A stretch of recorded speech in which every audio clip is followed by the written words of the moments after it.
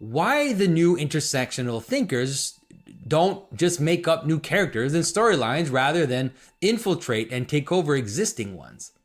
By asking this, one ignores how contemporary woke activism is born out of a deliberately parasitic approach to being. The activist type understands that the current narratives are in some respect the vehicles of power and normativity. This plays out in the analogy between the human body and the body politic. And so like a virus can destabilize the human body, so too the ideological parasite will destabilize the body politic. So although one can always, openly oppose, the most powerful tool is by infecting structures and subverting power, thereby acting in complete coherence with the revolutionary worldview.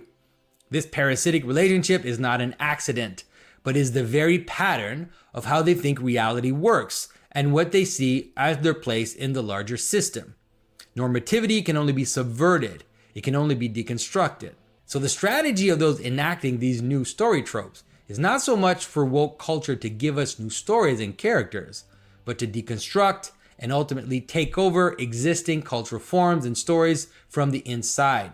If in religion we might not see a new religious figure, but rather see Christ represented as genderqueer, in storytelling we will not necessarily see a new superhero, but rather have Lady Thor replace a lazy, fat, self-wallowing Thor. Just like any parasite, this pattern, of course, cannot hold, at least not for long. Just like any revolutionary approach to reality, what do you do when you win? What happens when all the superheroes and video game characters and science fiction franchises and even saints have been replaced by their woke selves? When a parasite kills its host, it can only move on to another host, but when it has devoured all the hosts in its sight, then it will itself die. So parasitic patterns of storytelling must by their very nature reaffirm what they're attacking.